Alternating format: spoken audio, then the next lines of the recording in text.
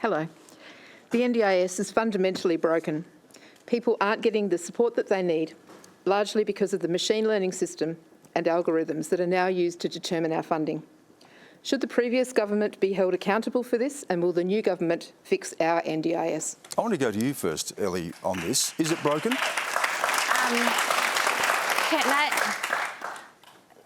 I think that at its heart, the NDIS is about people. It's about the 500,000 Australians with disability that it supports every single day to do practical things like have a shower, prepare a meal, go out into the community. And I think on those fundamental foundations, the NDIS is strong. It is delivering the transformational economic and social outcomes it was supposed to. Dan, I'll give you three examples from my own life just to paint an idea of how transformational this scheme has been. In the 3 years before I had the NDIS, I was in the ICU half a dozen times for things as simple as a UTI. In the 3 years since I've gotten the NDIS, I've been in the ICU 0 times. Because I've had access to the allied health I need to stay safe. When I got the NDIS, I was sitting in a wheelchair bought from the special buys section at Aldi. I couldn't push myself, it caused pain, and it meant I couldn't work. Now, I'm sitting in a wheelchair funded by the NDIS that gets me to and from work. Hell, it even gets me up onto the Q&A stage. Yeah, we're happy to have you here.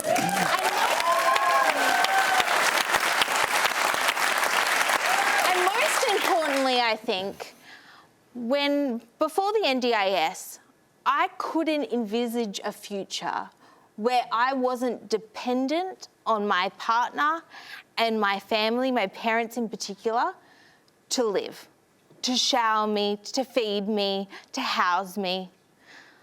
I was looking at a life reliant on other people. And now I look forward to a life of my own choosing, of my own destiny. And so that is just 3 examples from my life. But I hear that kind of transformational change repeated every single day by people with disability. They're frustrated that the scheme isn't working in part. They want the scheme to be better, but they have all experienced some kind of transformation in their life because of this scheme. Thank you, Elly. And Amy, the issue that we keep hearing about now is cost. And this seems to be something we'll be hearing a lot more about this today. Projections that in 10 years it's going to be $100 billion a year. It's more expensive than aged care. Is that where the issue lies? How is it going to be funded? And what is going to have to be cut if we can't fund it?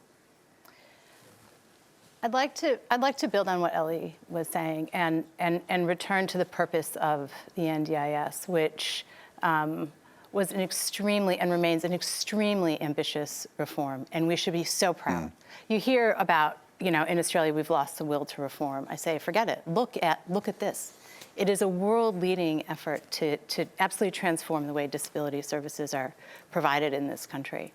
And government had a tough job to do in doing it.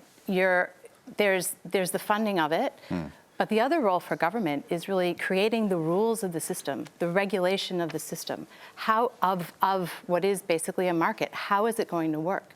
And it went from government services provided at the state level, where nobody got a choice, and you got told what you were given, and that's what you had, and that was it, to putting all of that power in the hands of the people whose lives it is, as you were saying. But clearly, just hearing the question from Samantha, there are frustrations we're going to hear about more, and it does come back to this. As an economist, you look at the numbers and you must say, well, where's that going to come from?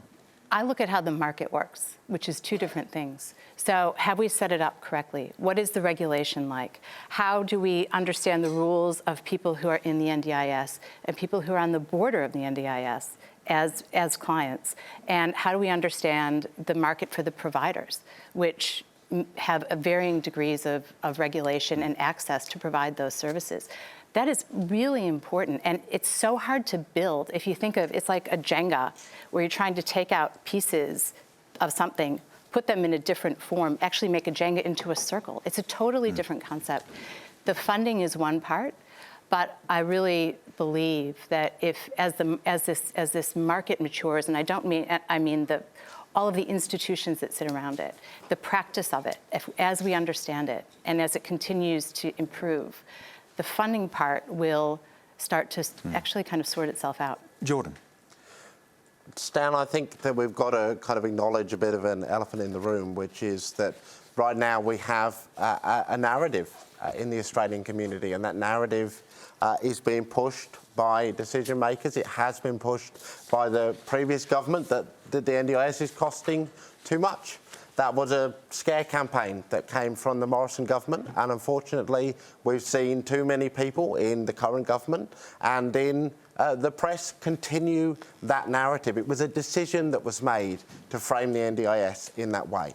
And I think while we are considering that decision, we should also consider that at the same time, other decisions were also made.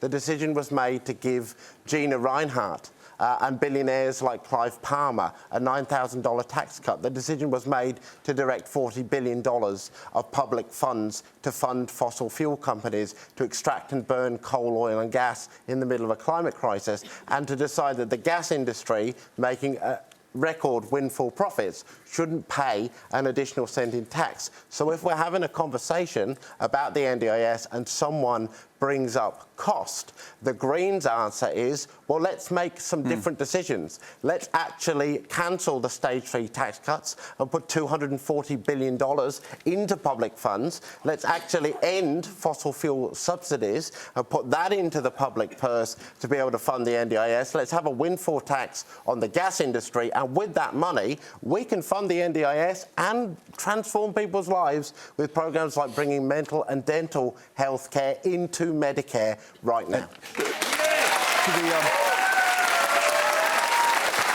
To the question, Bill, and Samantha's question went to how are we going to fix this, and Jordan's raised questions about funding.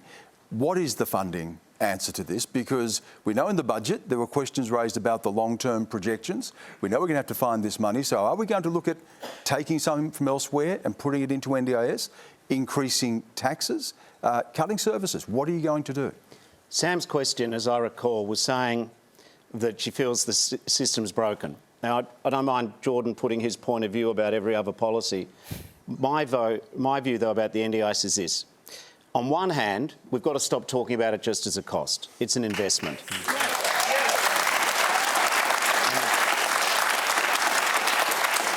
At the same time, we have to make sure that the investment's actually working in the interests of people with disability.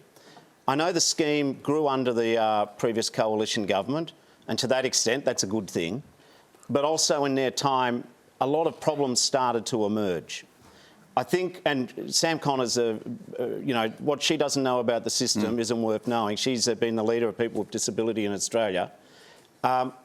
What she and I and many other people here have worked on is drawing attention to the fact that whilst there's a lot of good news in the scheme, and whilst it is an investment which is transformational and world-leading, it hasn't been well run. There have been bureaucratic decisions. Too many people have had to go to court to sort out their matters. Too many people have been stuck in hospital when they're medically eligible for discharge, but because the system and the NDI is too slow, they've been stuck there. So it can be reformed. Now, I get... And you have a review at the moment where you're looking at this. So what specifically are you looking at? When you highlight those issues, you're in the chair now. What are you going to do? I think I've got the best job in government, which is NDIS, because I think it can work. I think it should work, and I think we will make it work, and we'll do it by co-design with people with disability. So, for example, in the first 6 months, we've changed the senior leadership. We've put Kurt Fernley, for the first time ever, you've got a person with lived experience of disability as chair of the board, which is great. But we've set up a review. It's to report no later than October of next year. There's people with lived experience on the review and in the Secretariat. There's people who've spent their whole lives working in disability.